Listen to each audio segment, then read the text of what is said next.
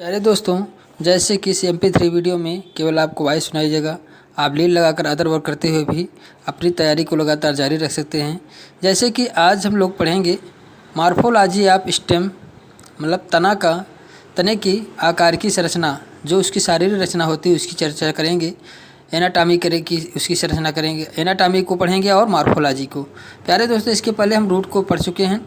देखिए, जब एक सीड अंकुरित होता है, जर्मिनेट होता है, तो उसमें प्रांकुर और मूलांकुर, प्रांकुर प्ल्यूम्यूल और मतलब प्रांकुर और मूलांकुर दोनों डेवलप होते हैं। प्रांकुर से स्टेम बनता है और मूलांकुर से रूट्स बनते हैं। रूट की चर्चा हम लोग इसके अगले क्लास में कर चुके हैं और प्रांकुर की आज हम लोग चर्चा करेंगे, जिसमें तना होगा, जो तना बनाता है। तो तने पर प्रायः कौन कौन सी चीज़ पाई जाती है? पत्तियाँ, शाखाएँ पाई जाती हैं। शीर्ष पर इसके क्या होते हैं? कलियाँ, एपिकल बड्स पाए जाते हैं। और तनों की सतह पर बहुकोश की रोम पाए जाते हैं। प्यारे दोस्तों, तनों की बाहरी सतह पर बहुकोश की रोम पाए जाते हैं। ये रोम अनेक प्रकार के होते हैं। देखिए प्यारे दोस्तों, जो बहुकोश की रोम पाए जाते हैं, देखिए इसके पहले हम रूट में पढ़े हैं। रूट में जो है एक कोश की रोम पाए जाते थे, एक कोश की रोम पाए जाते थे। लेकिन तनों में जो बहुकोश की रोम पाए जाते हैं, ध्यान दीजिए प्यारे दोस्तों, बहुकोश की रोमों में क्या होते हैं? बहुकोश की रोम में कलिका, बड्स। सबसे पहले हम बड की बात करेंगे। उन्हें हम बड कहते हैं, जो तनों पे निकलती हैं। कुछ तो नोड से निकलती है, कुछ इंटर नोड से भी निकल जाते हैं। तो ऐसे ऐसे स्थानों से जो छोटी छोटी कलिकाएँ निकलती हैं। तो अब कली की चर्चा करेंगे हम लोग। जो इनमें बहुकोश की रोम पाए जाते हैं उन्हीं को हम क्या कहते हैं? कली भी कहते हैं। उन्हीं को हम क्या कहते हैं? बहुकोश की रोम में कली भी आता है। प्यारे दोस्तों, तो अपरिपक्व तने की प्रारंभिक अवस्था को परिपक्व पत्तियों, देखिए जब अपरिपक्व होते हैं प्रारंभिक तनों से जो कलिकाएँ निकलती हैं, उनमें वृद्ध क्षेत्र ढका होता है, उनका वृद्ध क्षेत्र ढका होता है, जहाँ से उनकी वृद्धि होती है उसी को हम क्या कहते हैं? कलिका कहते हैं। कलिकाएँ तीन प्रकार की होती हैं। कितनी प्रकार की होती हैं? तीन प्रकार की कलिकाएँ पाई जाती हैं। शीर्षस्थ कलिका, एपिकल बड, शीर्षस्थ कलिका, पार्श्व कलिका, अपस्थानिक कलिका। प्यारे दोस्तों, अब शीर्षस्थ कलिका किसे कहते हैं? जो शीर्ष पर स्थित होती हैं, जो तने के शीर्ष पर स्थित होती हैं और जो लंबाई में वृद्धि कराती हैं, उन्हें हम शीर्षस्थ कलिका कहते हैं। पार्श्व कलिकाएँ क्या होती हैं? जिनका निर्माण तने के अतिरिक्त, देखिए इस प्रकार की कलिका का निर्माण तने के शीर्ष के अतिरिक्त पौधों के किसी अन्य भाग से होता है। पार्श्व कलिका क्या कहते हैं? जो शीर्ष पे ना होगा। शीर्षस्थ कलिका शीर्ष पे होगी, जो मेन वाली कली होगी ऊपर, और पार्श्व कलिकाएँ अन्य भागों से निकलती हैं, जैसे कक्षस्थ कलिका, एक्सिलरी बड। एक्सिलरी बड, कक्षस्थ कलिका क्या है? एक पर संधि नोड पर पत्ती के कक्ष से निकलती है। जो कक्ष से निकलती हैं पत्ती, मतलब नोड से निकलती हैं कलिकाएँ, उन्हें कक्षस्थ कलिका, एक्सिलरी बड कहते हैं। प्यारे दोस्तों, एक्सिलरी बड किसे कहते हैं? जो नोड से कलिकाएँ निकलती हैं, ये वृद्ध द्वारा नई शाखा का निर्माण करती हैं, जो नोड से, तनों के नोड से निकलती हैं। अतिरिक्त कलिका, एसेसरी बड्स, एसेसरी बड जो होते हैं कक्षस्थ कलिका के ऊपर या नीचे। प्यारे दोस्तों, जो कक्षस्थ कलिका और पार्श्व कलिकाओं के जो कक्षस्थ कलिका होती है उसके नीचे या ऊपर से जो अतिरिक्त कलिकाएँ निकलती हैं उसे एसेसरी बड्स कहते हैं। ये तने का रूपांतरित भाग है, जिससे कांटे, प्रतान आदि निर्माण करते हैं। ये जो अतिरिक्त भाग से निकलते हैं उन्हें क्या? कांटे, प्रतान आदि का निर्माण करते हैं। अपस्थानिक कलिका, तीसरा प्यारे दोस्तों, अपस्थानिक कलिका क्या है? देखिए हम लोगों अब दो प्रकार की कलिकाएँ पढ़े, शीर्षस्थ कलिका, पार्श्व कलिका। अपस्थानिक कलिका की बात हम लोग करेंगे।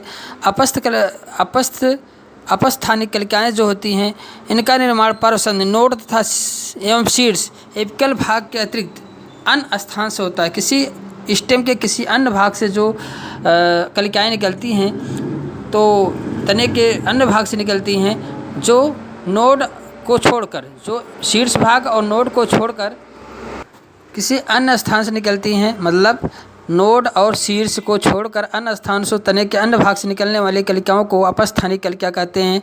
एडवेंटेटियस बड कहते हैं। प्यारे दोस्तों, एडवेंटेटियस बड कहते हैं।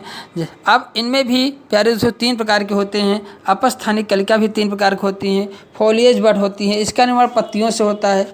फोलिएज मतलब पत्ती, आपको केवल नाम से ही समझ में आ जाए। फोलिएज बड जो पत्तियों से होते, इस पौधे के निर्माण में सहायक होते हैं। जैसे अजूबा की पत्तियों के किनारों पर जो है क्या होता है? नई नई कलिकाएँ उत्पन्न हो जाती हैं और उनसे नया पौधा बन जाता है, जैसे अजूबा। तो इस प्रकार के पर्णिक कलिका कहते हैं। मूलज कलिका, रेडिकल बड, मूलज कलिका जो जड़ों से होता है। प्यारे दोस्तों, इसका निर्माण जड़ से होता है, अर्थात शीशम आप देखें, शीशम के जड़ें जहाँ फैली रहती हैं, जड़ों से भी नए पौधे उत्पन्न हो जाते हैं। इसे रेडिकल बड कहते हैं, मूलज बड कहते हैं। और स्वीट पोटैटो भी होता है प्यारे दोस्तों। शकरकंद आप देखें, शकरकंद में इस प्रकार की कंडीशन पाई जाती है, ठीक है, जड़ों से ही उनसे नए पौधे बन जाते हैं। और स्तंभिक कलिका, क्यूलिन वर्ड्स, स्तंभिक कलिका में ये तने से निकलती हैं, उदाहरण गुलाब। स्तंभिक क्यूलिक वर्ड्स, स्तंभिक कलिकाएँ जो होती हैं ये तनों से निकलती हैं, जैसे गुलाब में प्यारे दोस्तों नोड इंटर नोड को छोड़कर अलग स्थानों से जब निकलती हैं तो उसे हम क्या कहते हैं, स्तंभिक कलिका। अपस्थानिक कलिकाओं में 3 प्रकार की होती, पर्णिक कलिका जैसे अजूबा में, मूलज कलिका रेडिकल बड जैसे शीशम और स्वीट पोटैटो में, स्तंभिक कलिका जैसे गुलाब में, ये तने से निकलती हैं। अब आता है प्यारे दोस्तों अगले पॉइंट पे हम देखते हैं कलिकाओं का रूपांतरण, मॉडिफिकेशन ऑफ बड। कलिकाओं में भी रूपांतरण पाया जाता है प्यारे दोस्तों। ये तने से निकलती हैं, हम जानते हैं कि कलिकाएँ कहाँ से निकलती हैं, तने से निकलती हैं। तो ये पौधों की कलिकाएँ जो अनेक भागों में रूपांतरित हो जाती हैं, मुख्यतः 3 प्रकार के रूपांतरण करती हैं, जैसे कांटों में, इसमें कांटों में बन जाती हैं। अतिरिक्त कलिका के रूपांतर से कांटों का निर्माण होता है। देखिए जब कोई एक मेन कलिका हो और अतिरिक्त कलिका कोई बन जा रही है तो प्यारे दोस्तों उस कलिका के द्वारा कांटे बन जाते हैं जो सुरक्षा प्रदान करते हैं, जैसे नींबू में।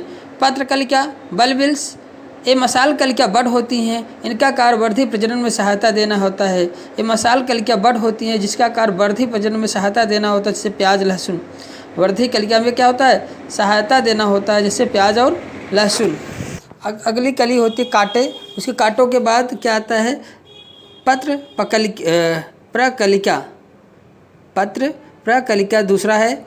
बल्बिल जो दूसरा, पहला कांटों में रूपांतरण, दूसरा रूपांतरण, लेकिन कलियों का रूपांतरण हम लोग पढ़ रहे हैं, तो बड का रूपांतरण पढ़ रहे हैं। तो पहले बड कुछ बड ऐसे होते हैं जो कांटों में बदल जाते हैं, कुछ बड ऐसे होते हैं जो पत्र प्रकलिका में बदलते, बल्बिल्स में बदल जाते हैं। ये मांसल कलिका बड होती हैं, इनका कार्य वर्धी प्रजनन में सहायता देना होता है, जैसे प्याज लहसुन में प्यारे दोस्तों बल्बिल्स पाई जाती हैं, पत्र प्रकलिका पाई जाती हैं जो वर्धी प्रजनन में सहायता देना होता है। तीसरा है प्रतान, टेंड्रिल। जब कलिकाएं धागे के समान रचना बनाकर पौधों को सहारा प्रदान करती हैं तो इसे हम क्या कहते हैं, टेंड्रिल कहते हैं। इन्हें क्या कहते हैं, टेंड्रिल कहते हैं। जो कलिकाएं जो धागे के समान संरचना बना लेती है उसे हम क्या कहते हैं, प्रतान, टेंड्रिल कहते हैं।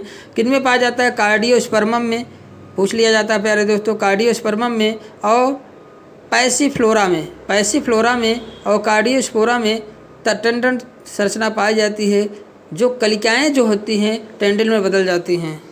अगर हम तनों के प्रकार देखें प्यारे दोस्तों, तनों के कितने रूप में दिखाई देते हैं या कितने प्रकार हैं, form of stem, types of stems. तो पहला 3 प्रकार के तने दिखाई देते हैं प्यारे दोस्तों। प्रोक्यूम्बेंट माने सयान, डिकम्बेंट और विसर्पी। सयान, डिकम्बेंट और विसर्पी 3 प्रकार के तने होते हैं।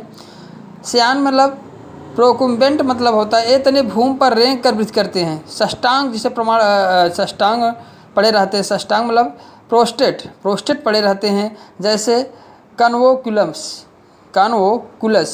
कान्वोकुलस जो है एक प्लांट है जिसका तना जो है हर्ष में रेंग कर ही चलता है प्यारे दोस्तों। सष्टांग जैसे प्रोस्टेट टाइप का होता है, जमीन से अटैच होकर चलता है।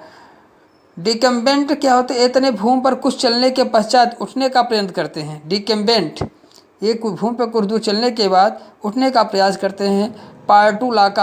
पार्टुलाका प्लांट है जो जिसमें डिकम्बेंट प्रकार का स्टेम पाया जाता है, जो भूमि पर कुछ दूर चलने के बाद उठने का प्रयास करता है। और विसर्पी जो है आपका, विसर्पी प्रकार का क्रीपिंग प्रकार का जो स्टेम पाया जाता है, ये तने भूमि पर रेंगते हैं और परसंधियों पर जड़ें निकलती हैं, जैसे खट्टी बूटी, दूब घास आदि में विसर्पी प्रकार की जड़ें पाई जाती है। ऑक्जेलिस और साइनोडॉन इस प्रकार की। देखिए कुछ तने ऐसे होते हैं जो खोखले होते हैं, इंटर नोड और नोड बहुत स्पष्ट होता है और इसे संधिमान कहते हैं। क्लम, देखिए संधिमान क्लम्स, क्लम्स कहते हैं। कभी कभी पूछ लिया जाता है क्लम्ब क्या है, किस में पाया जाता है, तो बाँस में पाया जाता है प्यारे दोस्तों। बॉम्बोसा बाँस में पाया जाता है। उसमें जो है इंटरनोड और नोड बहुत स्पष्ट होते हैं, जिसे क्लम्स, उसे संधिमान कहते हैं प्यारे दोस्तों। तनों के रूपांतरण, मॉडिफिकेशन ऑफ स्टेम। देखिए तने अनेक प्रकार के होते हैं, काष्ठी होते हैं, शाकी होते हैं, शाखाहीन मतलब शाखाहीन ही होते हैं जिसमें शाखाएं नहीं पाई जाती, खोखले होते हैं, ठोस होते हैं, बेलनाकार होते हैं, कोड़ी होते हैं। तो तने तो अनेक प्रकार के होते हैं प्यारे दोस्तों, ठीक है। एक विसर्पी, श्यान, डिम्बकेट, ये अलग प्रकार से हैं जो उनके ग्रो करने के तरीके के आधार पर थे। लेकिन अब तनों में रूपांतरण जब हम लोग पढ़ते हैं, तनों में क्या पढ़, मॉडिफिकेशन ऑफ स्टेम। तो स्टेम में जो मॉडिफिकेशन होता है, तो पौधों में पाए जाने विभिन्न कार्य हेतु, जैसे पौधों में अनेक कार्य हुए तो उसमें मॉडिफिकेशन हो जाता है। पौधों में क्या है, पौधों के तने में अनेक कार्य करने के लिए उनमें मॉडिफिकेशन हो जाता है। तो वही उनका क्या है, रूपांतरण है। प्रकाश संश्लेषण के लिए, जैसे कायिक वृत्त के लिए, भोजन के संग्रह के लिए, और अनेकों कार्यों के लिए इनमें रूपांतरण पाया जाता है प्यारे दोस्तों। 3 प्रकार का होता है। तनों का भूमिगत रूपांतरण, तने जो भूमि के अंदर पाई जाती है उनमें जो रूपांतरण पाया जाता है। अर्धवायवीय तनों में रूपांतरण, जो आधा हवा में आधा पृथ्वी जमीन के नीचे हो, ऐसे तनों के में रूपांतरण। वायवीय तनों में रूपांतरण हम लोग पढ़ेंगे। सबसे पहले हम भूमिगत तनों के रूपांतरण देखते हैं प्यारे दोस्तों। भूमिगत तनों में जो भूमि के अंदर, भूमिगत तने कहाँ पाई जाती है, भूमि के अंदर, तो इनका रूपांतरण निम्न प्रकार भोजन संचय करते हैं। अधिकतर भूमिगत तने जो है अपने अंदर क्या करते हैं, भोजन संचय करते हैं प्यारे दोस्तों। जो भी अगर भूमिगत तने होंगे ये भोजन संचय करते हैं अधिकतर। और उनमें रूपांतरण जो होता है कितने प्रकार में होते हैं, ट्यूबर होता है, राइजोम होते हैं, कॉर्न होता है, बल्ब होते हैं, कंद, प्रकंद, घन कंद, सलकंद। प्यारे दोस्तों ये 4 प्रकार के रूपांतरण हैं। कंद में कौन आता है, आलू आता है। ये भूमि में धसी हुई शाखाओं के स्वतंत्र सिरे पर भोजन संचय करके फूल जाते हैं, ठीक है, इसे कंद कहते हैं प्यारे दोस्तों। परसंधियों की आँख में रूपांतरण हो जाता है। परसंधियाँ जो होती हैं, नोड जो होती हैं, आँख में रूपांतरण हो जाती हैं। प्रकंद की बात करें तो प्रकंद क्या है, राइजोम। इस प्रकार के तने भूमि के भीतरी क्षैतिज दिशा में वृत्त करते हैं। प्रकंद क्या है, क्षैतिज दिशा में वृत्त करते हैं, जैसे अदरक प्यारे दोस्तों। घन कंद क्या होता है, ये ऊर्ध्वाधर, ये इनका विकास मिट्टी में ऊर्ध्वाधर वर्टिकल होता है। कुछ तने का भाग भोजन संचय के फूल, जैसे जिमी कंद, ये सब आते हैं। घन कंद में आता है। सल्क कंद में आता है आपका प्याज प्यारे दोस्तों। सल्क कंद में कौन आता है, प्याज आता है। इस प्रकार से इनमें रूपांतरण पाया जाता है, ठीक है। कि प्याज में जो सल्क कंद पाया जाता है बहुत छोटा होता है, उसको प्याज की छोटी छोटी पत्तियां जैसे स्ट्रक्चर उसको ढके रहते हैं, स्केल लिप्स कहते हैं। उसे क्या कहते हैं, स्केल लिप्स कहते हैं, जो इसमें भोजन संचित होता है। तो सल्क कंद किस में पाया जाता है, प्याज में पाया जाता है प्यारे दोस्तों। अब आता है अर्धवायवीय तनों में रूपांतरण। अर्धवायवीय तनों में रूपांतरण जो हम लोग देखते हैं, जो तने कुछ भाग मिट्टी की सतह पर था, कुछ भाग मिट्टी के बाहर होते हैं, कुछ भाग मिट्टी के भीतर होते हैं और कुछ मिट्टी की सतह पर होते हैं। तो रनर जड़ किस में पाया जाता, रनर जो होता है किस में रूपांतरण, दूब घास में पाए जाते हैं। किस में, दूब घास। इस प्रकार के रूपांतरण ऊपर भूस्तरीय रनर, दूब घास, कट्टी बूटी, इनका रूपांतरण होता है। अंतःभूस्तरीय सुकर्स, जिससे पुदीना अंतःभूस्तरीय सुकर्स होते हैं। और भूस्तरीय स्टोलन कौन होता है, स्ट्रॉबेरी। स्टोलन क्या है, इसका विकास भूमिगत तनों से निकली शाखाओं से होता है। मिट्टी के बाहर अथवा नीचे समांतर बढ़ते हैं। कैसे, भूस्तरीय स्टोलन समांतर बढ़ते हैं। सुकर्स भूमिगत तने, सुकर्स में क्या होता है, ये तने वृत्त करके भूमि से बाहर निकल आते हैं और भूमि में इनकी वृत्त क्षैतिज होती है, ठीक है। तो भूस्तरीय में कौन आता है, स्ट्रॉबेरी आता है। तो भूस्तरीय स्टोलन जिसे कहते हैं, भूस्तरीय क्या ऑफसेट, ये अत्यंत छोटे होते हैं। इनके तने कम वृत्त करके अपने ऊपर पत्तियों का समूह बनाते हैं, जैसे जलकुंभी, पिस्टिया। भूस्तरीय ऑफसेट, ये अत्यंत छोटे होते हैं। ये तने अत्यंत कम वृत्त करके ऊपर पत्तियों का समूह बनाते हैं, जैसे जलकुंभी, पिस्टिया।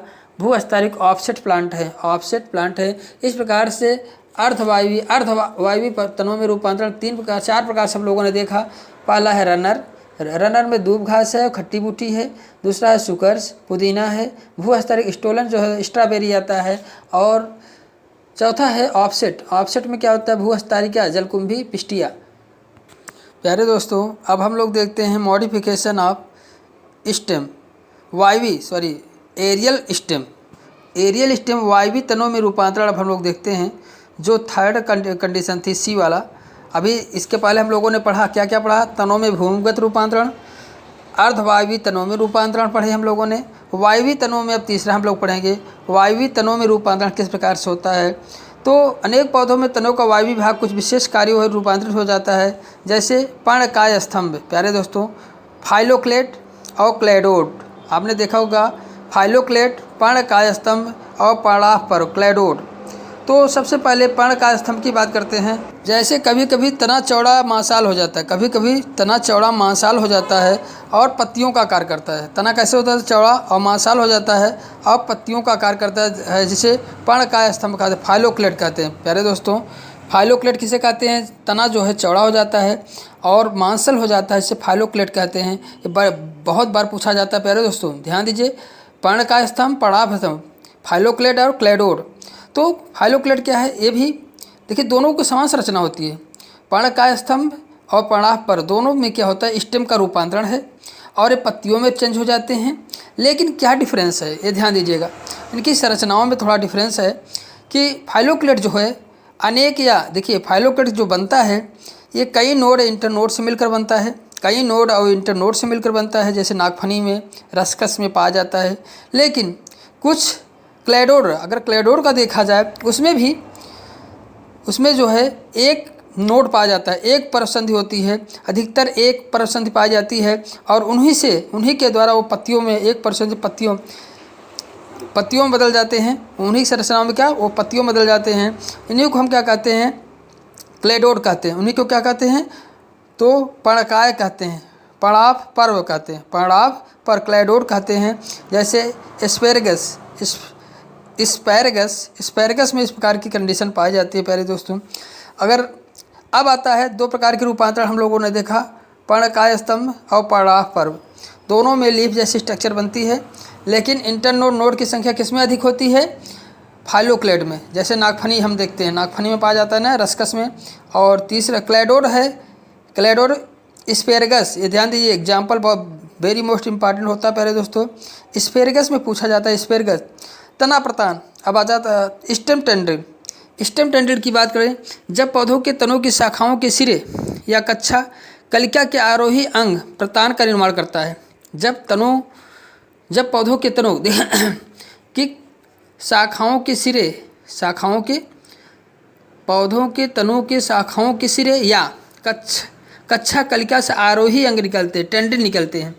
तो ऐसे को सहारा प्रदान करते हैं, जैसे अंगूर, मूंगफली, इन सबको स्टेम टेंड्रिल कहते हैं। या तो तनों की शाखाओं के सिरे से या कक्ष कलिका आरोही अंग प्रदान करते हैं, टेंड्रिल के रूप में जो निकलते हैं उसे तना स्टेम टेंड्रिल कहते हैं, जैसे अंगूर में और मूंगफली में। प्यारे दोस्तों, एग्जाम्पल बार बार पूछे जाते हैं। स्टेम टेंड्रिल कौन है? अंगूर और मूंगफली में पाया जाता है। तना कंटक, तना प्रतान हो गया, टेंड्रिल है। स्टेम टेंड्रिल मतलब स्टेम का टेंड्रिल में बदल जाना, और तना कंटक स्टेम थॉर्न। स्टेम थॉर्न का मतलब होता है कंटक, मतलब तने को कांटों में बदल जाना, कांटों में परिवर्तित हो जाता है। किस में होता है? नींबू, बेल, बोगनविलिया, प्रूनस, इनमें जो है तना कांटों में बदल जाता है।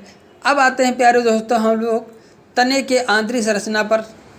सबसे पहले तने की आंतरिक संरचना क्या है, आउटलाइन हम लोग देखेंगे। तने के आंतरिक संरचना में क्या क्या चीज़ें पाई जाती हैं, उसके बाद किसी एक तने की आंतरिक संरचना के विस्तार से पढ़ेंगे। प्यारे दोस्तों, तने की आंतरिक संरचना में द्विबीजपत्री तने के आंतरिक संरचना में हम देखें, द्विबीजपत्री तना हो या एक बीजपत्री तना हो, कि आंतरिक संरचना का अध्ययन करने से पहले तने के कुछ लक्षणों का ज्ञान होना आवश्यक होता है। प्यारे दोस्तों, चाहे मोनोकाटिलेडोनस हो चाहे डाइकाटिलेडोनस प्लांट हो, उनमें लगभग कुछ संरचनाएं को जानना जरूरी होता है। जैसे सबसे बाहर क्या पाया जाता है? एपिडर्मिस पाया जाता है, उस पर क्या होते हैं? क्यूटिकल पाया जाता है। तो वह त्वचा जो एपिडर्मिस होता है, पाए जाने वाले बहुकोश की रोम होते हैं। मल्टी सेलुलर क्या होते हैं? रोम पाए जाते हैं। अगर यही जड़ में देखा जाए तो प्यारो यूनिसेलुलर रोम पाए जाते हैं। जड़ में देखा जाए तो यूनिसेलुलर होते हैं और तने में मल्टी सेलुलर होते हैं। वह त्वचा के बीच अंतः त्वचा होते हैं, हाइपोडर्मिस होता है। वाह्य त्वचा के बीच क्या होता है? हाइपोडर्मिस होता है। और संवहन मंडल इसके कैसे होते हैं? संयुक्त होते हैं। कंजॉइंट मतलब संयुक्त होते हैं। वही फ्लोएमी कोलेट्रल होता है, वही बायो कोलेट्रल होते हैं। तो कभी कभी सेकेंडरी होते हैं, कंसेंट्रिक भी हो सकते हैं। इनका जाइलम कैसे व्यवस्था होती है? आदि दारुक प्रोटोजाइलम होते हैं। इनकी जाइलम कैसे होती हैं? प्रोटोजाइलम होते हैं।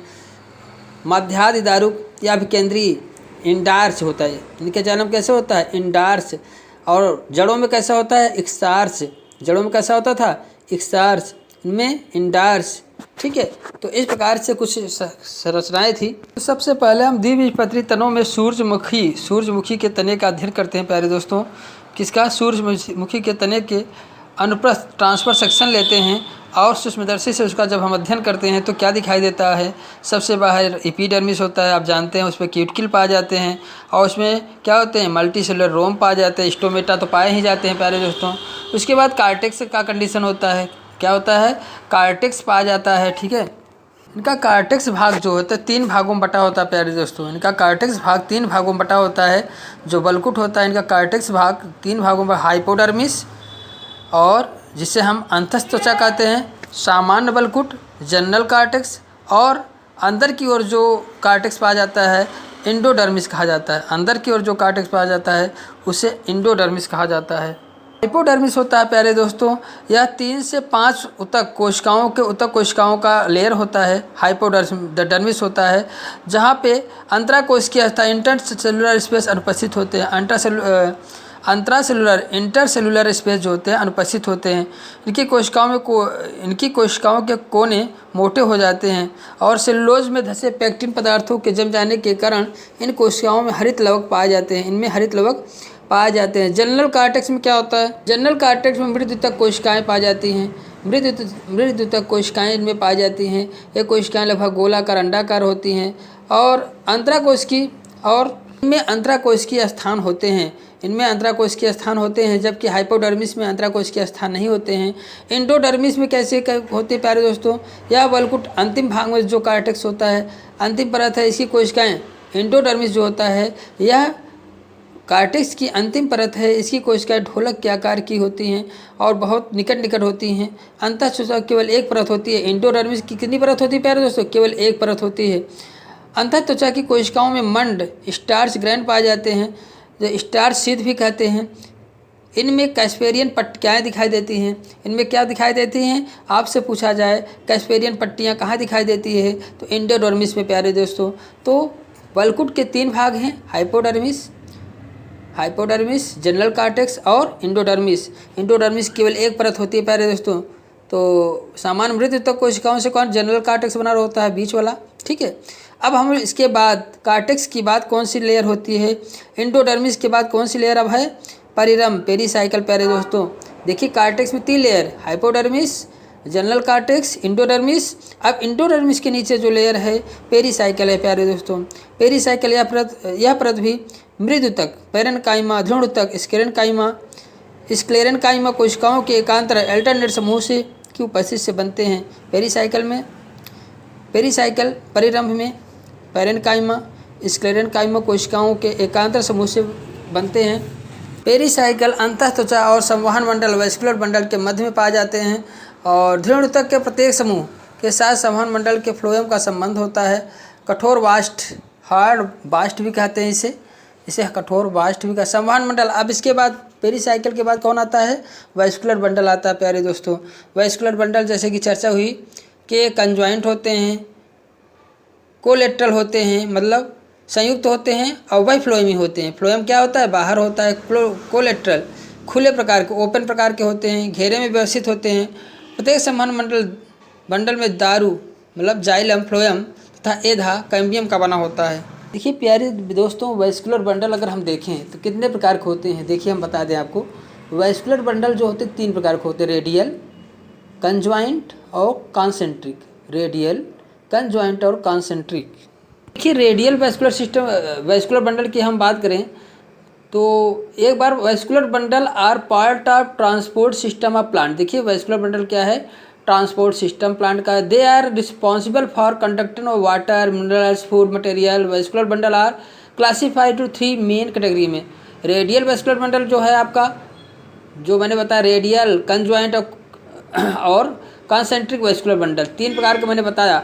तो रेडियल वैस्कुलर बंडल जो होता है इसमें किसी कंडीशन क्या होती है? It is type of xylem and phloem are arrange alternate in different radius पे पाए जाते हैं। This type of arrangement is called found in root. केवल रूट में रेडियल वेस्कुलर बंडल किस में पाया जाता है? केवल रूट में पाया जाता है। कंजॉइंट वेस्कुलर बंडल प्यारे दोस्तों, conjoint vascular bundle in this type of xylem and phloem are situated to same radius, देखिए इनमें जो है जाइलम फ्लोएम जो होता है सेम रेडियस में पाए जाते हैं, with A phloem located towards the outer side. इनमें फ्लोएम जो होता है कंजॉइंट में क्या होता है, फ्लोएम बाहर होता है और located in towards the outer side. This type of arrangement commonly called the stem and leaves. इस प्रकार कंजॉइंट वेस्कुलर बंडल जो पाए जाते हैं स्टेम और लीफ में पाए जाते हैं प्यारे दोस्तों, स्टेम और लीफ में पाए जाते हैं, जिसमें फ्लोएम क्या है बाहर आउटर साइड में होता है, जाइलम क्या होता है अंदर साइड में होते हैं, ठीक है। और बीच में अगर फ्लोएम भी आता है तो इसी अभी कंजॉइंट के भी टाइप्स होंगे, तो बीच में कैम्बियम आ जाता है इनमें स्टेम में और उसमें पाया जाता है तो उसके दूसरे नाम हो जाते हैं। कंजॉइंट में अगर बीच में कैम्बियम आता है तो उनमें दो और प्रकार हो जाते हैं। अभी इसके बाद कंसेंट्रिक पहले हम लोग देखते हैं क्या है कंसेंट्रिक वेस्कुलर बंडल। देखिए पहला रेडियस, फिर कंजॉइंट और कंसेंट्रिक, तीन प्रकार के वेस्कुलर बंडल हैं। तो पहला कंडीशन रेडियस में क्या था, रेडियस में जो था the xylem phloem are arrange alternate different radius पे थे, लेकिन कंजॉइंट में सेम रेडियस पे थे, लेकिन आउटर में क्या था, आउटर में जो है फ्लोएम प्रेजेंट होता है। कंसेंट्रिक वेस्कुलर बंडल में क्या होता है, in this type xylem of phloem are arrange in the same radius पे होते हैं, either with xylem surrounded by phloem, देखिए जाइलम को ये फ्लोएम सराउंडेड करता है। इनमें दो प्रकार की पाई जाती है, कंसेंट्रिक में दो प्रकार के, एक केंद्र में होगा, चाहे जाइलम केंद्र में होगा चाहे फ्लोएम केंद्र में होगा, ठीक है, यही कंडीशन है।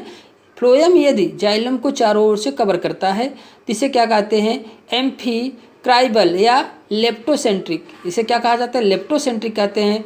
फ्लोएम सराउंडेड बाई जाइलम, यदि फ्लोएम को चारों ओर से सराउंड जाइलम करता है तो इसे क्या कहते हैं, एम्फीवेसल कहते हैं, एम्फीवेसल या हार्डोसेंट्रिक कहते हैं, इसे हार्डोसेंट्रिक कहते हैं प्यारे दोस्तों। एम्फीवेसल के कब कहेंगे, जब फ्लोएम किसके द्वारा सराउंड होगा, फ्लोएम जो होता है जाइलम के द्वारा सराउंड किया जाएगा तो एम्फीवेसल कहेंगे, और जब फ्लोएम जो है जाइलम को सराउंड करेगा एम्फी सर्कल कहेंगे, एम्फीक्राइबल कहेंगे। तो this type of arrangement commonly around fern and gymnosperm. प्यारे दोस्तों फर्न और जिम्नोस्पर्म में कंसेंट्रिक प्रकार का वेस्कुलर बंडल पाया जाता है। ध्यान दीजिए जिम्नोस्पर्म और फर्न में फर्न जितने प्लांट होते हैं उसमें कंसेंट्रिक वेस्कुलर बंडल पाए जाते हैं, या तो जाइलम मध्य में होगा या तो फ्लोएम मध्य में होगा। इस प्रकार का तीन प्रकार के वेस्कुलर सिस्टम हम लोगों ने देखा। अब इसके आगे के प्रकार हम पढ़ लेते हैं जो और भी भागों में बांटा गया है। और कंजॉइंट जो वेस्कुलर बंडल है वो दो भागों में बांटा गया है प्यारे दोस्तों, कोलेट्रल और बाई कोलेट्रल। कोलेट्रल किसे कहते हैं, जब फ्लोएम और जाइलम, देखिए कंजॉइंट जो वेस्कुलर बंडल होता है इस radial arrangement conjoint vascular bundle xylem and phloem together along the same radius, thus bundle is prevent the stem leaves can be further classified into three subtypes। देखिए collateral vascular bundle, collateral vascular bundle में जो होता है phloem located toward the exterior point, मतलब abaxial, interior मतलब बाहरी side पर जब फ्लोएम पाया जाता है एबैक्सियल साइड में पाया जाता है। Collateral vascular bundle are the most common type होता है कोलेट्रल वेस्कुलर बंडल, क्योंकि फ्लोएम बाहर पाया जाता है इसलिए मोस्ट, देखिए आप जितने भी द्विबीजपत्री पौधे हैं उसमें फ्लोएम क्या होता है बाहर ही होता है। तो collateral vascular bundle most common vascular bundle है प्यारे दोस्तों। ध्यान दीजिए इसमें इसमें देखिए कैम्बियम का पाया जाना, अगर कैम्बियम पाया जा रहा है तो उसे क्या कहेंगे, और कैम्बियम नहीं पाया जा रहा है, कैम्बियम पाया जा रहा है तो उसे कहेंगे ओपन, और कैम्बियम नहीं पाया जा रहा है तो उसे क्लोज कोलेट्रल वेस्कुलर बंडल कहते हैं। बाई कोलेट्रल वेस्कुलर बंडल में क्या होता है प्यारे दोस्तों कि बाई कोलेट्रल जो वेस्कुलर बंडल होता है typically observe in certain angiosperm family such as cucurbitaceae. देखिए कुकुरबिटेसी में जो है बाई कोलेट्रल संवहन बंडल पाया जाता है। एग्जाम्पल सिफेलेंड्रा कुकरबिटा में इस प्रकार के एग्जाम्पल पाए जाते हैं। बाई कोलेट्रल संवहन बंडल पाए जाते हैं प्यारे दोस्तों। देखिए इसमें क्या है, बाई कोलेट्रल वेस्कुलर बंडल में क्या होता है, फ्लोएम जो है जाइलम के बाहर और अंदर दोनों, मतलब दोनों साइड में फ्लोएम पाया जाता है। जाइलम के अंदर भी और जाइलम के बाहर आउटसाइड भी पाया जाता है। इनसाइड और आउटसाइड दोनों साइड में अरेंज रहता है। इसी के लिए इसको क्या बाइकोलेटरल वेस्कुलर बंडल कहते हैं। दूर रिंग में प्रेजेंट होता है फ्लोएम, इसी को बाइकोलेटरल संवहन बंडल कहते हैं। जैसे कुकुरबिटा में अधिक पत्थर पाया जाता है। बाइकोलेटरल वेस्कुलर बंडल कहाँ पाया जाता है प्यारे दोस्तों? कुकुरबिटा के पौधों में पाया जाता है। कॉन्सेंट्रिक के मैंने बताया, कॉन्सेंट्रिक में हमने बता दिया कि एक जाइलम या अंदर रहेगा, फ्लोएम बाहर रहेगा। ये तो हो गया। इस प्रकार से प्यारे दोस्तों हम लोगों ने देखा रेडियल वेस्कुलर बंडल और कंजॉइंट और कॉन्सेंट्रिक। रेडियल में हम लोगों ने देखा यह रूट्स में पाया जाता है। कंजॉइंट वेस्कुलर बंडल जो है, कंजॉइंट वेस्कुलर बंडल 2 टाइप्स हैं, कोलेट्रल और बाइकोलेट्रल। कोलेट्रल अधिकतर ऑल एंजियोस्पर्म प्लांट में पाए जाते हैं। किसी में कैम्बियम पाया जाता है, किसी में कैम्बियम एब्सेंट होता है। जिनमें कैम्बियम एब्सेंट होगा उसे क्लोज कहेंगे, और जिसमें कैम्बियम जो है प्रेजेंट होगा उसे ओपन कहेंगे। और इनमें फ्लोएम बाहर होता है। फ्लोएम कहाँ होगा? बाहर, बाहरी साइड पे होगा, और अंदर की साइड में जाइलम होगा। आप जानते हैं सामान्य पौधों में जो है फ्लोएम बाहर रहता है, जाइलम क्या हुआ? अंदर रहता है। और बाइकोलेटरल में क्या होता है? बाइकोलेटरल में जैसे आउटर फ्लोएम, इनर फ्लोएम, बीच में जाइलम। तो ये कंडीशन किस में पाया जाता है? कुकुरबिटी प्लांट में पाया जाता है। और कॉन्सेंट्रिक में जो है एंजियोस्पर्म, जिम्नोस्पर्म, एंजियोस्पर्म और जिम्नोस्पर्म प्लांट में इस प्रकार का वेस्कुलर बंडल पाया जाता है प्यारे दोस्तों। कॉन्सेंट्रिक में क्या होता है? ये एंजियोस्पर्म और जिम्नोस्पर्म इस प्रकार का वेस्कुलर बंडल पाया जाता है। ठीक है प्यारे दोस्तों, अब तो आपको समझ में आ गया होगा कि वेस्कुलर बंडल की कंडीशन क्या होती है प्यारे दोस्तों। किसमें कौन सा वेस्कुलर बंडल पाया जाता है, यहीं पे आपको कंफर्म कर दिए प्यारे दोस्तों। तो इसी प्रकार से हम सूरजमुखी का पढ़ रहे थे। सूरजमुखी में क्या है? कंजॉइंट है प्यारे दोस्तों। कैसा है? कंजॉइंट में आपका मतलब है सूरजमुखी भाई प्लांट है, उसमें फ्लोएम बाहर रहेगा ही, तो कंजॉइंट हो गया। वही फ्लोएम ही है ही कोलेट्रल फ्लोएम क्या है? बाहर होगा, खुले प्रकार का घेरे में व्यवस्थित होता है। तो जाइलम पोषवाहक फ्लोएम एधा कैम्बियम का बना होता है। कैम्बियम इसमें पाया जाता है। तो ओपन टाइप का क्या होगा? कोलेट्रल होगा, ओपन टाइप का। इसमें वेस्कुलर कैसे होगा? संवहन बंडल ओपन टाइप का होगा प्यारे दोस्तों। तो इस प्रकार से अब हम आगे पढ़ते हैं।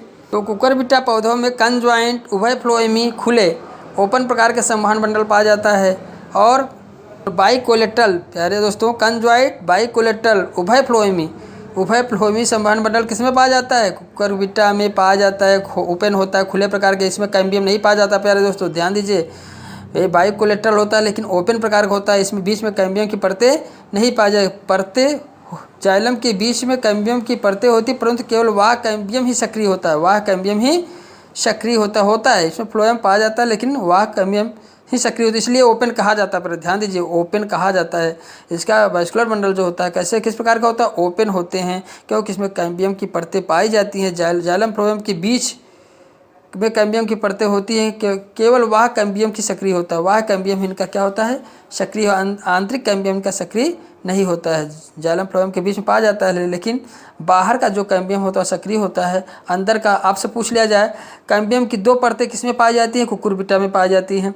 तो कौन सी परत किसमें सक्रिय होती है, कौन सा निष्क्रिय होती है? तो कैम्बियम की जो बाहरी परत होती है कुकुरबिटा में सक्रिय होती है। ठीक है। और इनमें पित्त अधिक बड़ा भाग में होता है। कुकुरबिटा में पित्त क्या है? पित्त जो है बहुत अधिक बड़े भाग में बनता है। इनमें पित्त जो है बड़े भाग में बनता है। अब हम लोग आते हैं एक बीजपत्री तनों की आंतरिक संरचना प्यारे दोस्तों। एक बीजपत्री तनों, अभी हाल तक हम लोग द्विबीजपत्री तनों की आंतरिक संरचना के विषय में पढ़े हैं। एक बीजपत्री तनों की आंतरिक संरचना देखें। एक बीजपत्री तनों के मुख्य रूप से मक्का, गेहूँ, एस्पैरागस, बैजयंती के तनों की आंतरिक संरचना का अध्ययन करते हैं। सबसे पहले मक्के की तनी की संरचना देखते हैं प्यारे दोस्तों। देखिए, अब इंटरनल स्ट्रक्चर ऑफ मेरिस्टेम एक बीजपत्री है। तो ट्रांसफर सेक्शन हम देखेंगे तो सबसे बाहर क्या होगा? एपिडर्मिस दिखाई देगा, क्यूटिकल की रेयल होगी, स्टोमेटा हो गए, ठीक, अनुपस्थित होते हैं। इनमें वह त्वची रोम, मतलब छोटे छोटे जो रोम होते हैं वे नहीं पाए जाते हैं। क्यूटिकल की संरचना पाई जाती है, इसमें रोम नहीं पाए जाते हैं। क्यूटिकल पाया जाता है, स्टोमेटा पाया जाता है, हाइपोडर्मिस पाया जाता है प्यारे दोस्तों। इसमें हाइपोडर्मिस जो लिग्नी युक्त होता है। अंतराकोशिकीय स्थान नहीं पाए जाते हैं, हाइपोडर्मिस में नहीं पाए जाते हैं। आप जानते हैं भ्रण ऊतक ग्राउंड टिश्यू बीच का होता है। इस भाग विस्तार से देखिए, इनमें क्या होता है? ग्राउंड टिश्यू क्या है? इस भाग विस्तार से अध्ययन करने से तने के केंद्र तक होता है। ग्राउंड ऊतक जो तने के केंद्र, इसमें पतली भित्त वाली मृदुतक कोशिका, पैरेन्काइमिक कोशिकाएं पाई जाती हैं। इनके मध्य में अंतराकोशिकीय स्थान पाया जाता है। भ्रण ऊतक में ही संवहन मंडल बिखरे जाते हैं। ध्यान दीजिए प्यारे दोस्तों, भरण ऊतक जो होता है, ग्राउंड टिश्यू होता है, उसी में संवहन बंडल पाए जाते हैं। एक बीजपत्री पौधा है, ध्यान दीजिएगा, एक बीजपत्री पौधा है तो वेस्कुलर बंडल इसमें कहाँ पाया जाएगा, ग्राउंड टिश्यू में पाया जा रहा है, ठीक है। उसमें देखिए द्विबीजपत्री में क्या है, इंडोडर्मिस था, पेरीसाइकिल था, ये सब थे, लेकिन यहाँ पे ये सब चीज़ें नहीं पाई जा रही। हाइपोडर्मिस के बाद ग्राउंड टिश्यू आया, ग्राउंड टिश्यू के बाद वेस्कुलर बंडल आ गया। वेस्कुलर बंडल क्या है, बहुत से इसमें क्या होता है, ग्राउंड टिश्यू में बहुत से संवहन बंडल बिखरे होते हैं। इसमें जो है बहुत से संवहन बंडल बिखरे रहते हैं, उसमें एक संवहन बंडल बनता था प्यारे दोस्तों। इसे बहुत से संवहन बंडल क्या होते हैं, बिखरे होते हैं। कहाँ बिखरे होते हैं, ग्राउंड टिश्यू में, जो संयुक्त होते हैं, संयुक्त कंजॉइंट क्या होते हैं, संयुक्त होते हैं। कंजॉइंट, कोलेट्रल और बंद क्लोज होते हैं, जिसमें कैम्बियम एब्सेंट होता है। एक बीजपत्री तनों में कैम्बियम क्या होता है, एब्सेंट होता है। Conjoint vascular bundle all angiosperm plant में पाया जाता है। ध्यान दीजिए प्यारे दोस्तों, ऑल एंजियोस्पर्म प्लांट में पाया जाता है। किस प्रकार का वेस्कुलर बंडल, कंजॉइंट। अगर आपसे कंसेंट्रिक की बात की जाए तो कंसेंट्रिक किस में पाए जाते हैं, यह जो है जिम्नोस्पर्म और किस में पाया जाता है, जिम्नोस्पर्म और टेरिडोफाइट्स में पाए जाते हैं कंसेंट्रिक। और रेडियल वेस्कुलर बंडल रूट्स में पाए जाते हैं। ध्यान दीजिए प्यारे दोस्तों, रेडियल वेस्कुलर सिस्टम रूट्स में पाए जाते हैं। तो कंजॉइंट, कोलेट्रल का हमने बताया, कोलेट्रल मतलब होता है फ्लोएम बाहर है और जाइलम अंदर है। तो कोलेट्रल फ्लोएम बाहर और जाइलम वही फ्लोएम जिसे कहते हैं। और क्लोज प्रकार का होता है, क्लोज का मतलब होता है इसमें कैम्बियम एब्सेंट होता है, एदा कैम्बियम अनुपस्थित होता है प्यारे दोस्तों। कैम्बियम के बाहर स्क्लेरेनकाइमा की कोशिकाएं पाई जाती हैं। इसमें जाइलम वाई की आकृति का बना होता है। अगर आप देखा जाए तो मक्के में जो जाइलम होता है किस आकृति का होता है, वाई के आकृति का होता है। ये जो जाइलम होते हैं ये प्रोटोजाइलम बनाती हैं। जो वाई के आकार की होती है क्या बनाती हैं, प्रोटोजाइलम बनाती हैं। उन्हीं के पास में ट्रैकिड्स होती हैं, वाहिकाएँ भी मिलती हैं। उन्हीं के पास में क्या मिलती हैं, वाहिकाएँ मिलती हैं। अगर इनके फ्लोएम की संरचना देखी जाए तो फ्लोएम क्या होते हैं, या जाइलम के ऊपर पाया जाता है। हमने पहले बताया कि कंजॉइंट में जो होता है फ्लोएम बाहर होगा, ठीक है, और इनमें सखी कोशिकाएं पाई जाती हैं। एक बीजपत्री तनों के फ्लोएम वृत्त तक नहीं पाए जाते हैं। एक बीजपत्री तनों में के फ्लोएम में पैरेन्काइमी कोशिकाएं नहीं पाई जाती। बाहर टूटी हुई कोशिकाओं का बना फ्लोएम प्रोटोफ्लोएम कहलाता है। और भीतरी भाग को मेटाफ्लोएम कहते हैं। यही इनकी संरचना प्यारे दोस्तों। इसी प्रकार गेहूँ का देखा जाए तो वाह त्वचा ऊपर पाई जाएगी, तो वाह त्वचा भी इसमें एपिडर्मिस पाया जाएगा। ऊपर क्यूटिकल वाह भित्ति पर क्यूटिकल पाई जाती है। इसमें वाह भित्ति पर कोशिकाओं की क्यूटिकल पाई जाती है। वाह त्वचा में रंध्र पाए जाते हैं। भरण ऊतक ग्राउंड टिश्यू में स्टोमेटा पाया जाता है और वेस्कुलर बंडल पाए जाते हैं, ठीक है। तो अगर हम एस्पैरगस के तने की आंतरिक संरचना देखें प्यारे दोस्तों, इनकी संरचना में भी कोई विशेष अंतर नहीं है, सारी चीज़ें वही पाई जाती हैं। बट इनका संवहन मंडल जो होता है, जाइलम जो होता है वी के आकार का होता है। कैसे होता है, जाइलम जो होता है वी के आकार का होता है। और इनका जो है संयुक्त हो, कंजॉइंट होगा ही, कोलेट्रल होगा ही, बंद प्रकार का होता है, क्लोज होता है। क्लोज ओपन होता है तो इसमें क्या होता है, ओपन होता है तो ओपन है तो बंद, क्लोज है तो इसमें कैम्बियम एब्सेंट होगा। वी के आकार का जाइलम पाया जाता है। और प्रोटोजाइलम वी के आधार से का निर्माण करता है और इसमें बंडल शीथ नहीं पाया जाता है, इनमें बंडल शीथ नहीं पाए जाते हैं। तो बैजंती के तने की आंतरिक संरचना वही सब है प्यारे दोस्तों। इसमें भी एपिडर्मिस ग्राउंड टिश्यू पाया जाएगा बाहरी।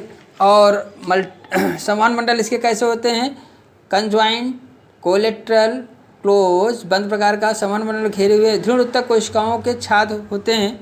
तो सारी चीज़ें वही हैं। अब हम डिफरेंस पढ़ लेते हैं प्यारे दोस्तों। क्या डिफरेंस, एक बीजपत्री द्विबीजपत्री तनों की आंतरिक संरचना में डिफरेंस पढ़ते हैं। सबसे वेरी मोस्ट इंपॉर्टेंट क्वेश्चन यहाँ से आपको मिलेंगे प्यारे दोस्तों। एक बीजपत्री द्विबीजपत्री तनों की आंतरिक संरचना में क्या अंतर है। तो एक बीजपत्री तना और द्विबीजपत्री तने में हम लोग डिफरेंस देखते हैं। सबसे पहला अंतर हम लोग देखेंगे एपिडर्मिस में। बाहरी जो टीएस के बाहरी एपिडर्मिस होता है उसमें क्या एक बीजपत्री तने में क्या पाई जाती है, वाह त्वचा उपस्थित होती है। कोशिकाएं अपेक्षाकृत छोटी और रोम रहित होती हैं। एक बीजपत्री तनों में वाह कोशिकाओं पे रोम रहित होती है, रोम नहीं पाए जाते प्यारे दोस्तों। जो छोटे छोटे बहुकोशिकीय रोम पाए जाते हैं, एक बीजपत्री पौधों में रोम नहीं पाए जाते हैं। जो कलिकाओं के समान उत्पन्न होते हैं ये रोम नहीं पाए जाते हैं। और द्विबीजपत्री पौधों में कोशिकाएं बहुत बड़ी और रोम युक्त होते हैं। द्विबीजपत्री तनों में रोम पाए जाते हैं और इनकी कोशिकाओं बड़ी बड़ी होती हैं। हाइपोडर्मिस अगर देखा जाए तो हाइपोडर्मिस एक बीजपत्री पौधों में स्क्लेरेनकाइमेटस की प्रकार होती हैं की बनी होती हैं। और द्विबीजपत्री पौधों में देखा जाए तो कोलेनकाइमेटस स्थूल कोड़ी कोशिकाओं से बने होते हैं और एक बीजपत्री में स्क्लेरन काइमेटस प्रकार की कोशिकाओं से बने होते हैं। स्क्लेरन काइमेटस कोशिकाओं से बने होते हैं।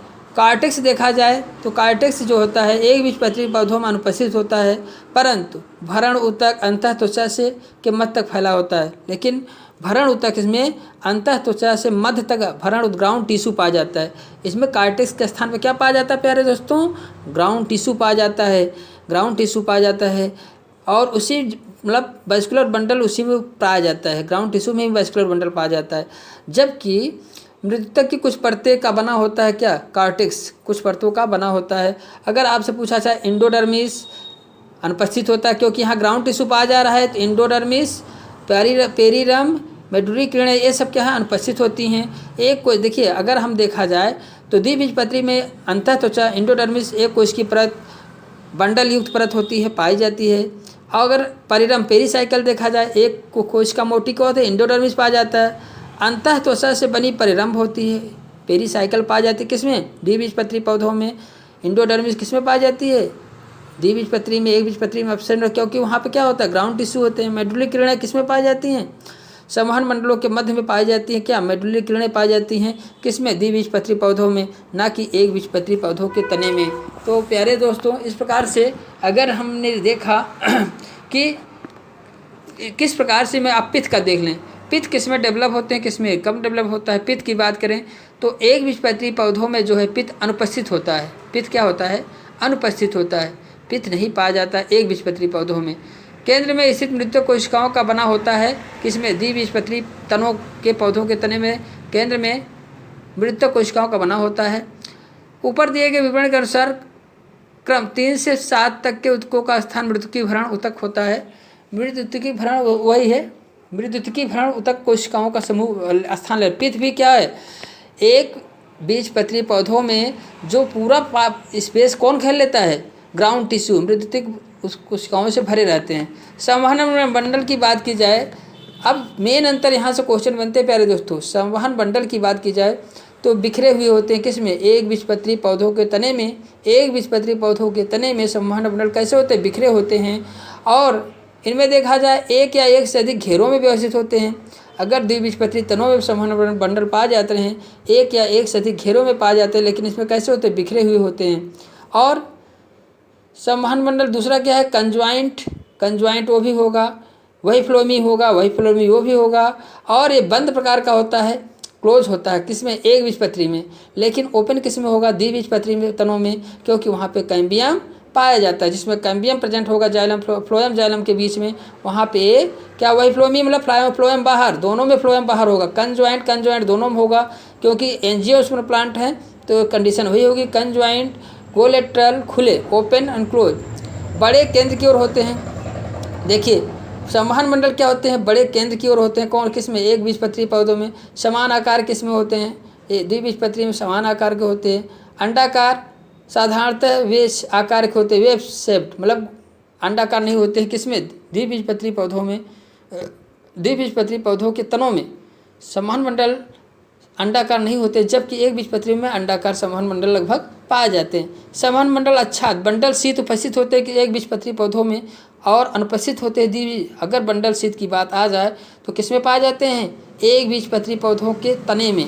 द्विबीजपत्री पौधों के तने में बंडल शीत नहीं पाए जाते प्यारे दोस्तों, ध्यान दीजिएगा। फ्लोएम मृतक अनुपस्थित होता है। फ्लोएम मृतक किसमें अनुपस्थित होता है? एक बीजपत्री पौधों के तनों में। फ्लोएम मृतक उपस्थित होता है द्विबीजपत्री तनों में। जाइलम कोशिकाएं वहिकाएं वाई और वी के रूप में स्थित होती हैं। जाइलम वहिकाएं जो होती हैं एक बीजपत्री पौधों में वाई और वी के रूप में मिलती हैं, लेकिन इसमें जाइलम वहिकाएं अधिक अरी होती, रेडियल होती हैं, रेडियल प्रकार की पाई जाती है किसमें? द्विबीजपत्री तनों में। तो इस प्रकार से एक बीजपत्री द्विबीजपत्री तनों में हम लोगों ने डिफरेंस देखा प्यारे दोस्तों। एक बीजपत्री में जाइलम की वाहिकाएं वाई और वी के रूप में स्थित होती हैं। जाइलम की वाहिकाएं इसमें अरी प्रकार की, रेडियल प्रकार की होती हैं किसमें? द्विबीजपत्री तनों में। प्यारे दोस्तों, अभी हम लोगों ने देखा एक बीजपत्री द्विबीजपत्री तनों के आंतरिक रचना में अंतर, जो इंटरनल स्ट्रक्चर था उसमें अंतर हम लोगों ने देखा। अब हम लोग देखते हैं जड़ और तने की आंतरिक रचना में अंतर, difference between root and stem. तो सबसे पहले एपिडर्मिस की बात करते हैं, जड़ और तने की बात करते हैं। हम यहाँ क्या किसकी बात करेंगे? जड़ और तने में एपिडर्मिस की, मूली त्वचा। अगर जड़ों में देखा जाए एपिडर्मिस जो होता है पर रोम परत पाई जाती है, रोमधर होते हैं, ठीक है, वहाँ पे रोम परत होती हैं। इसके ऊपर क्यूटिकल नहीं पाई जाती, ध्यान दीजिए, रोम परत के ऊपर क्यूटिकल नहीं पाई जाती, ठीक है। एपिडर्मिस के ऊपर कोई क्यूटिकल, क्योंकि जड़ है, जड़ में कोई क्यूटिकल नहीं पाई जाती प्यारे दोस्तों। और अगर तने में देखा जाए तो वह त्वचा एपिडर्मिस कहते हैं, साधारणतः उपत्वचा। इनमें क्या होता है? एपिब्लेमा, देखिए मूली त्वचा कहते हैं। एपिब्लेमा किसको कहते हैं? जड़ों को, जड़ के बाहरी भाग को एपिब्लेमा कहते हैं। और एपिडर्मिस किसको कहते हैं? तने के ऊपरी बाहरी भाग को, ठीक है। इतना ध्यान दीजिए, कभी कभी क्वेश्चन बन सकता है प्यारे दोस्तों। एपिब्लेमा और एपिडर्मिस, एपिडर्मिस तने के बाहरी भाग को कहते हैं, एपिब्लेमा जो मूली त्वचा होती है उसी एपिब्लेमा कहते हैं। और जो तना होता है, तने में एपिडर्मिस कहते हैं बाहरी भाग को, साधारणतः उपत्वचा क्यूटिकल पाई जाती है। अगर रोम की बात करें तो रोम कैसे होते हैं? जड़ों में एक कोशिकीय होते हैं। अगर तनों में जो रोम होते हैं, हेयर होते हैं, वो बहुकोशिकीय होते हैं। हाइपोडर्मिस की बात करें, हाइपोडर्मिस आपके जड़ में नहीं पाए जाते हैं और तने में वाह त्वचा के नीचे हाइपोडर्मिस उपस्थित होता है। कार्टेक्स की बात करें तो कार्टेक्स जो होता है जड़ में अनुपस्थित होता है। प्रायः सभी तरुण तनों में पाए जाते हैं, परंतु सभी पुराने तनों में नहीं पाए जाते कार्टेक्स। अगर अंतः त्वचा की बात करें, एंडोडर्मिस उपस्थित होते हैं किसमें? जड़ में। जड़ में जो है एंडोडर्मिस उपस्थित होते हैं, साधारणतः कम विकसित तथा एक बीजपत्री तने में अनुपस्थित होते हैं। साधारणतः कम विकसित होते हैं लेकिन एक बीजपत्री तनों में अनुपस्थित होते हैं। एंडोडर्मिस एक बीजपत्री तनों में नहीं पाए जाते, द्विबीजपत्री तनों में एंडोडर्मिस पाया जाता है लेकिन कम विकसित होता है। तो एंडोडर्मिस उपस्थित किसमें ज़्यादा पाया जाता है? जड़ों में। प्यारे दोस्तों, जड़ों में एंडोडर्मिस अधिक विकसित होता है। एंडोडर्मिस बेटर, क्योंकि यहाँ पे ग्राउंड टिश्यू हो जाता है, ठीक है। ग्राउंड टिश्यू एक बीजपत्री पौधों में ग्राउंड टिश्यू हो जाता है तो वहाँ तो पाया ही नहीं जाएगा, ठीक है। अंतः त्वचा ग्राउंड टिश्यू एक बीजपत्री पौधों में ग्राउंड टिश्यू हो जाएगा तो वहाँ पाया ही नहीं जाएगा। और द्विबीजपत्री पौधों में पाया जाता है अंतः त्वचा, लेकिन कम विकसित होता है। वैस्कुलर बंडल रेडियल होता है, जड़ों में मैंने बताया कि रेडियल वैस्कुलर बंडल होता है प्यारे दोस्तों। लेकिन तने में की बात की जाए, संयुक्त होते हैं कंजॉइंट, कोलेट्रल, संयुक्त उभयफ्लोमी, बाइकोलेट्रल और कंसेंट्रिक होते हैं। तो ये तने की बात हुई। तने में इस प्रकार का संवहन बंडल पाया जाता है। जाइलम या दारू, जाइलम आदि दारुक होते हैं, प्रोटोजाइलम वह आदि दारुक होते हैं, ठीक है। इसमें जाइलम की कंडीशन कैसी होती है? इक्सार्क होता है, जड़ में इक्सार्क। और इंडार्च किसमें होता है? इंडार्च जो होता है तने में पाया जाता है, ठीक है। अब द्वितीयक वृत्त की बात करें तो सेकेंडरी ग्रोथ की बात करें तो बहुवर्षीय जो पौधे होते हैं, जो मल्टीपल ईयर जीवित रहते हैं पौधे, उनके प्राथमिक उद्योग प्राइमरी टिश्यू के पूर्ण रूप से बन जाने पर एधा कैम्बियम सक्रिय हो जाता है। कैम्बियम क्या होता है? सक्रिय हो जाता है, जो स्टील में पाया जाता है, रंध्र में रंभ में पाया जाता है, स्टीलर सिस्टम में जो पाया जाता है। तो यह क्या करता है? कोशिकाएं बनाना, कैम्बियम जो होता है कोशिकाएं बनाना आरंभ कर देता है। अंदर की तरफ द्वितीयक जाइलम, जो द्वितीयक जाइलम और द्वितीयक फ्लोएम भिन्न में बनाना शुरू कर देता है तथा शीघ्र ही रंभ के बाहर विभोजतक प्रकट हो जाता है। बाहर एक विभोजतक प्रकट हो जाता है जिसको कार्क कैम्बियम भी कहते हैं। एक बाहर भी एक विभोजतक उत्पन्न हो जाता है जिसको कार्क कैम्बियम कहते हैं। यह कार्क, देखिए जाइलम और फ्लोएम के बीच जो पार्श्व मेरिस्टम पाया जाता है द्वितीयक, तो क्या होता है इसमें? जो संवहनी कैम्बियम पाया जाता है, अंदर की ओर द्वितीयक जाइलम लकड़ी जो बनाता है, बाहर की ओर द्वितीयक फ्लोएम जो छाल बनाता है, ठीक है। जो कैम्बियम होता है बाहर क्या बनाता है? छाल बनाता है। अंदर क्या बना देता है? जो द्वितीयक जाइलम लकड़ी बनाता है, ठीक है, उत्पादन होता है। इसके साथ शीघ्र ही रंभ के बाहर विभोजतक मेरिस्टम प्रकट हो जाता है जिसको कार्क कैम्बियम कहते हैं प्यारे दोस्तों। कार्क कैम्बियम अब क्या करता है? ये पार्श्विक विभोजतक को बाहर की ओर कार्क कोशिकाएं, बाहरी छाल बाहर की ओर क्या करता है? कार्क कोशिकाएं। कार्क कैम्बियम जो होता है बाहर की ओर क्या बनाता है? कार्क कोशिकाएं, बाहरी छाल बनाता है, कार्क कोशिकाएं बाहर की ओर बनाता है। अंदर की ओर फेलोडर्म उत्पन्न करता है, ध्यान दीजिए। और अंदर की ओर क्या उत्पन्न करता है? फेलोडर्म। कार्क कैम्बियम जो होता है, एक देखिए, एक होता है वैस्कुलर कैम्बियम, एक होता है कार्क कैम्बियम। कार्क कैम्बियम जो बाहर पाया जाता है फ्लोएम के बाहर, जो सेकेंडरी फ्लोएम होता है उसके बाहर पाया जाता है, तो वहाँ पे कार्क कैम्बियम क्या बनाता है? कार्क कैम्बियम जो होता है वह क्या बनाता है? बाहरी छाल बनाता है और अंदर की ओर फेलोडर्म बनाता है। बाहर की ओर बाहरी छाल और मतलब कार कैम्बियम अपने से बाहर जो होता है बाहरी छाल बनाता है और अंदर क्या फेलोडर्म उत्पन्न करता है। क्या बनाता है?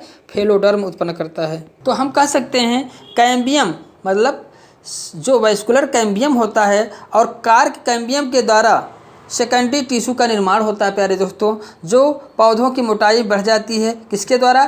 कैम्बियम और कार्क कैम्बियम के द्वारा। संवहन कैम्बियम और कार्क कैम्बियम के द्वारा उत्तकों का निर्माण होता है और द्वितीयक वृद्धि होती है। तभी क्या होती है? द्वितीयक सेकेंडरी ग्रोथ होता है। देखिए कैम्बियम सेल से सबसे पहले जब इसमें टिश्यू का डेवलपमेंट होता है तो फ्लोएम बाहर होता है और जाइलम अंदर होता है। तो कंपेनियन सेल का फॉर्मेशन कैम्बियम सेल जो होता है, कैम्बियम सेल मध्य में है। पहले फ्लोएम का सेकेंडरी फ्लोएम बनाता है, फिर प्राइमरी फ्लोएम बाहर साइड में होता है, सेकेंडरी फ्लोएम इसके अंदर होता है और फिर जो सबसे पहला जाइलम वेसल सेल्स होती हैं जो फर्स्ट जाइलम से, फिर second xylem, third xylem cambium के पास होता है। ध्यान दीजिए कैम्बियम के पास थर्ड जाइलम, इस प्रकार से सेकेंडरी जाइलम, टर्टरी जाइलम होते हैं। तो एक क्रम होता है डेवलपमेंट का। डेवलपमेंट किस प्रकार से कैम्बियम के द्वारा उत्तकों में द्वितीयक वृद्धि होती है। तो सबसे पहले कौन बनेगा? जो सबसे पहला नंबर जो फर्स्ट नंबर पाएगा दूर होगा कैम्बियम से। जैसे जैसे पास की कोशिकाएँ आएंगी वो उसका नंबरिंग हम ज़्यादा करते हैं। जाइलम, फर्स्ट जाइलम, कौन पहले बना? जो दूर में है वो पहले बना, जो पास में होगा कैम्बियम को बाद में बना है। इसका मतलब ये हुआ प्यारे दोस्तों आप, ठीक है। तो इस प्रकार से इसमें जो है द्वितीयक जाइलम, द्वितीयक फ्लोएम का फॉर्मेशन होता है और अंत में क्या होता है? उनमें वृद्धि पाई जाती है। देखिए प्राथमिक जाइलम जो होता है प्यारे दोस्तों, इस प्रकार से प्राथमिक जाइलम जो होता है कहाँ पाया जाता है? पित्त की ओर पाया जाता है। और प्राथमिक फ्लोएम कहाँ होता है? बाहर किनारों के साइड में होता है प्यारे दोस्तों, ये ध्यान दीजिएगा। प्राथमिक जाइलम पित्त वैस्कुलर बंडल की ओर होता है और प्राथमिक फ्लोएम जो होता है बाहर किनारों के साइड में होता है। कैम्बियम क्या होगा? मध्य में। वार्षिक वलय क्या है? वार्षिक वलय आप देखेंगे ग्रोथ रिंग, बहुवर्षीय पौधों के तनों में द्वितीयक जाइलम की परतें समकेंद्र कंसेंट्रिक रूप में रहती हैं। द्वितीयक जाइलम की परतें कंसेंट्रिक रूप में रहती हैं। अनुप्रस्थ काट में वरों के रूप में दिखाई देती हैं। द्वितीयक जाइलम वलय के रूप में दिखाई देना, इनको वार्षिक वलय कहते हैं, एनुअल रिंग कहते हैं। तथा वृद्ध वलय, ग्रोथ रिंग भी हम इन्हें कहते हैं। कुछ स्थानों पर जलवायु में बहुत अंतर पाया जाता है। उन स्थानों पर सक्रियता वर्ष भर एक सी नहीं रहती है। वसंत ऋतु में रस के संवहन की आवश्यकता अधिक होती है। वसंत ऋतु में रस के संवहन की आवश्यकता अधिक होती है। इस समय एधा वलय अधिक सक्रिय होता है। एधा वलय जो होता है, इसी कारण मतलब कैम्बियम का वलय जो होता है अधिक सक्रिय होता है। इस समय बड़े घेरे वाली वाहिकाएँ बनती हैं। शरद ऋतु में रस का संवहन कम होता है, इसलिए एधा वलय की क्रियाशीलता कम होती है। इस समय वाहिकाएँ जो बनती हैं पानी को ले जाने वाली, ये बसंत वाली वाहिकाएँ से छोटी होती हैं। शरद ऋतु में बनने वाली काष्ठ को शरद ऋतु में बनने वाली काष्ठ को क्रमशः बसंत काष्ठ या शरद काष्ठ कहते हैं। बसंत वाली में जो काष्ठ बनती है उसे बसंत काष्ठ कहते हैं और शरद में जो काष्ठ बनती है उसे हम क्या कहते हैं? शरद काष्ठ कहते हैं। ईयरली वुड कहते हैं, जो बसंत में स्प्रिंग वुड या ईयरली वुड कहते हैं। शरद काष्ठ को ऑटम वुड या लेट वुड भी कहते हैं, बाद में बनता है ऑटम वुड। इस प्रकार वर्ष में बसंत काष्ठ और शरद काष्ठ के समृद्ध रूप को हम क्या कहते हैं? वार्षिक वलय कहते हैं। देखिए सैपवुड और हर्टवुड पौधों में पाया जाता है। जो रिंग बनता है पौधों में उनमें सैपवुड और हर्टवुड पाया जाता है। पेड़ के तने में पाए जाने वाले दो अलग अलग प्रकार की लकड़ी है। सैपवुड पेड़ का बाहरी और जीवित हिस्सा होता है जो पानी और पोषक तत्वों को परिवहन में मदद करता है। प्यारे दोस्तों सैपवुड जो होता है बाहर पाया जाता है पौधों में, जो पेड़ के तने में पाया जाता है और यह क्या करता है? पानी और पोषक तत्वों को परिवहन में मदद करता है। जबकि हार्डवुड पेड़ का आंतरिक मृत हिस्सा होता है। जबकि हार्डवुड जो पेड़ का आंतरिक भाग होता है, जो मृत हिस्सा होता है, जो संरचनात्मक समर्थन प्रदान करता है, स्टैंड होने में, खड़ा होने में मदद करता है। ठीक है, अब सैपवुड और हार्डवुड की थोड़ा अलग अलग चीज़ें हम पढ़ लें। सैपवुड पहले देखते हैं। यह पेड़ का बाहरी जीवित हिस्सा होता है, यह हल्के रंग का होता है, यह पानी और पोषक तत्वों के परिवहन में मदद करता है, यह अपेक्षाकृत कम टिकाऊ होता है, कीटों और बीमारियों के प्रति अधिक संवेदनशील होता है, या युवा जाइलम से बना होता है, जो पहले जाइलम बनते युवा जाइलम से बना हुआ होता है। हार्डवुड क्या है? या पेड़ का आंतरिक मृत हिस्सा होता है या गहरे रंग का। या हार्डवुड क्या है? या पेड़ का आंतरिक भाग होता है, मतलब अंदर पाया जाता है, जो पेड़ में अंदर पाया जाता है। सैपवुड बाहर साइड में होता है, हार्डवुड क्या होता है? अंदर होता है। या पेड़ का आंतरिक मृत हिस्सा होता है या गहरे रंग का होता है। पेड़ में अब कहीं कटा हो तो देखिए बीच के भाग कैसे होता है, गहरे रंग का होता है। यह संरचनात्मक समर्थन प्रदान करता है, संरचनात्मक समर्थन प्रदान करता है। यह अधिक टिकाऊ होता है और कीड़ों बीमारियों के प्रति अधिक प्रतिरोधी होता है। ध्यान दीजिए प्यारे दोस्तों, बाहर की लकड़ी कीट और पतंग कीड़ों के प्रति कम प्रतिरोधी होती है, लेकिन अंदर वाली जो हार्डवुड होती है यह अधिक टिकाऊ होती है। यह पुराने जाइलम से बना होता है। या कैसे बना, पुराने जाइलम से, जो पहले सबसे पहले जाइलम उत्पन्न होती है, सबसे पहले सब जाइलम से बनते हैं। और जो स्टार्टिंग में अब जो जाइलम सेकंड कैम्बियम से बनेंगे उनसे क्या हो, सैपवुड बनेगा। इस प्रकार से प्यारे जो संक्षेप में सैपवुड जीवित पानी ले जाने वाला हिस्सा है, जबकि हार्डवुड मृत संरचनात्मक हिस्सा है। प्यारे दोस्तों, इस प्रकार से सैपवुड हार्डवुड की बात हम लोगों ने देखा। पौधों में टाइलोसिस एक होता है। पौधों में टाइलोसिस बहुत बार क्वेश्चन पूछे जाते हैं प्यारे दोस्तों। टाइलोसिस क्या है? टाइलोसिस का मतलब क्या है? पैरेन्काइमा कोशिकाओं की गुब्बारे जैसे सूजन जो आसपास के जाइलम वाहिकाओं के लूमेन में फैल जाता है, जो उसके खाली स्पेस होते हैं उनमें फैल जाता है। पैरेन्काइमा कोशिकाओं के गुब्बारे जैसे सूज जाती हैं और वो जाइलम में की वाहिकाओं में जो उनकी वाहिकाएँ होती हैं उनमें फैल जाती हैं।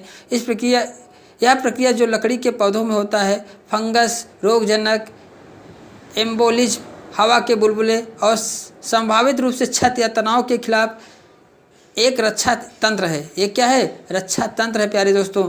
यह जो है क्या है, जाइलम वाहिकाओं में जो है टाइलोसिस होना एक रक्षा तंत्र का काम करता है। टाइलोसिस जाइलम में पानी के परिवहन को प्रभावी रूप से अवरुद्ध कर देता है। जाइलम से पानी को पूर्ण रूप से क्या करता है, अवरुद्ध कर देता है, जिससे रोगजनक या एम्बोलिज्म के प्रसार को रोका जा सकता है प्यारे दोस्तों, जिससे रोगजनक जो होते हैं उनको रोका जा सकता है। ठीक है, इस प्रकार से टाइलोसिस का विकास तब होता है जब जाइलम वाहिकाओं के समीप स्थित पैरेन्काइमा कोशिकाएं फूल जाती हैं और उनके प्रोटोप्लाज्म गड्ढों के माध्यम से वाहिकाओं के लूमेन में फैल जाते हैं।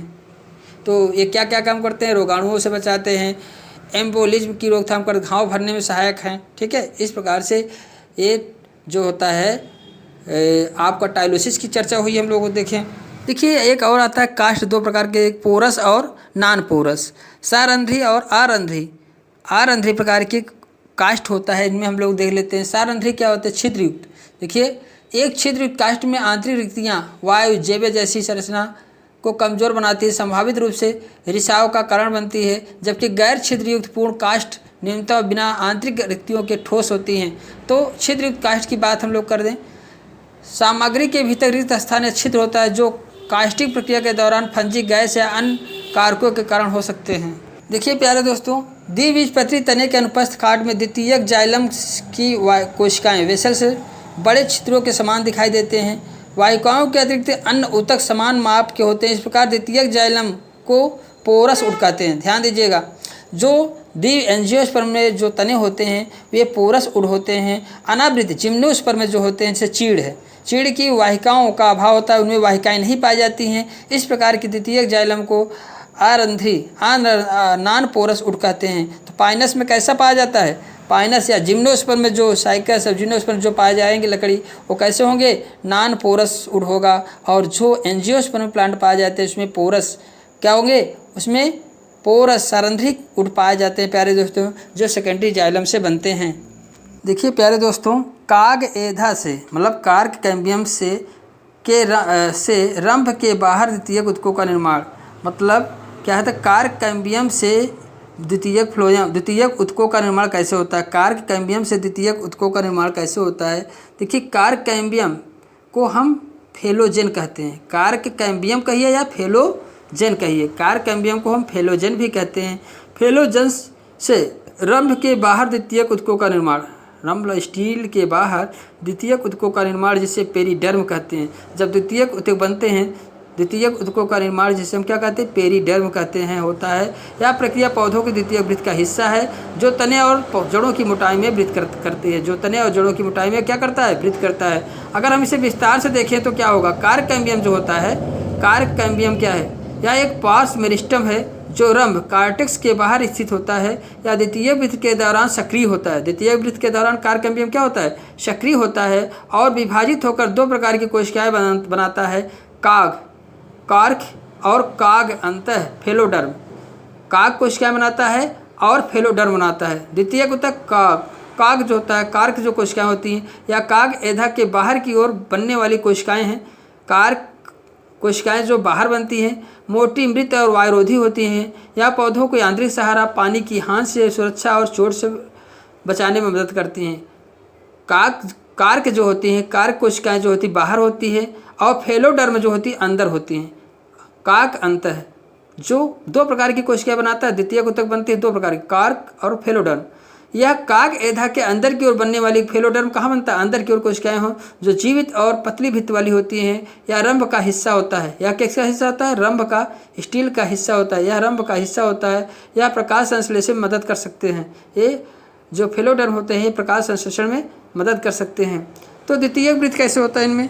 द्वितीयक वृत्त में क्या होता है? इस प्रक्रिया में तने और जड़ों की मोटाई में वृद्धि करते हैं और मजबूत और टिकाऊ बनाते हैं। काक एधा इस प्रक्रिया में महत्वपूर्ण भूमिका निभाता है क्योंकि बाहरी परतों को प्रतिस्थापित करता है जो समय के साथ टूट जाती हैं और छिल जाती हैं, उनको बनाता रहता है। ठीक है, देखिए जब एक पौधे का स्टेम हो तो उसमें उसकी संरचना में हम देखें सबसे बाहर क्या होता है? वात त्वचा, एपिडर्मिस होता है, आप जानते ही हैं।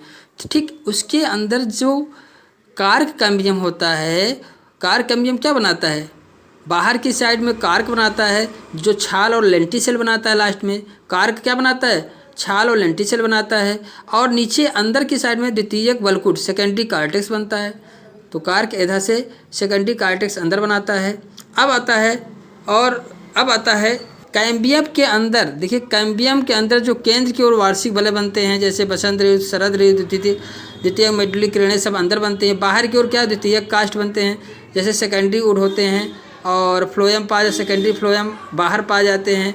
इंटरफेस्कुलर कैम्बियम। इस प्रकार से प्यारे दोस्तों कैम्बियम के द्वारा और कार्क कैम्बियम के द्वारा जो पौधों की मोटाई में वृद्धि होती है, इस प्रकार से यह चैप्टर आपका समाप्त होता है। प्यारे दोस्तों यह वीडियो यदि आपको थोड़ा भी हेल्पफुल लगा हो तो वीडियो को लाइक कर दे। प्यारे दोस्तों चैनल को अभी तक सब्सक्राइब नहीं किया, सब्सक्राइब कर दीजिए।